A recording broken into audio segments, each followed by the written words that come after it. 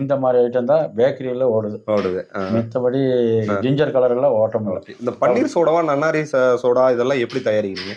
அது நல்ல எல்லா எசல்ஸ் தாங்க. அது இப்போ மாமூலா இது வந்து ஜீரா காய்ச்சறதோட சர்க்கரை சுகர், அப்புறம் நன்னாரி எசல்ஸே கிடைக்குது. பன்னீர் சோடா எசல்ஸ் கிடைக்குது. அதே வேற நாங்கள் காய்ச்சி அதெல்லாம் யூஸ் பண்ணுறதில்ல. இதுக்கு எத்தனை அடி தேவைப்படுதுங்க? இந்த தொழில் பண்ணுறதுக்கு எவ்வளோ இட வசதி தேவைப்படுது? இது கம்மியாக போட்டுங்க. ஒரு 10க்கு 16 ஒரு ரூம் இருந்தால் போதும். சின்னதாக இருந்தால் போதும். அளவாக போதும். 10க்கு 16 அதிகபட்சம். அதனால தான் நம்ம தனியாக ஒரு ரூம் வச்சுக்கிறோம். இந்த தொழில் வந்து இப்போ அழிஞ்சிட்டு வருதுங்களே, நலிவடைஞ்சிட்டு வந்துருக்கு. ஆமாம். இதுக்கு வந்து அரசு வந்து உங்களுக்கு ஏதாவது உதவி பண்ணுச்சுங்களா? இது நாள் வரையில் ஒன்றும் இல்லை. நீங்கள் எதுவுமே இல்லை. ஏதாவது நீங்கள் லோனுக்கோ ஏதாவதுக்கு நீங்கள் அப்ளை பண்ணியிருக்கீங்களா? லோனுக்கெல்லாம் வந்து நம்ம வீட்டு லோனுக்கு தப்புன்னு பையனுக்கு தனியாக பட்டியல் ஒன்றும் பண்ணலை. இப்போ யாராவது புதுசாக இந்த தொழில் பண்ணுறதா இருந்தால் நீங்கள் என்ன சொல்ல விரும்புறீங்க?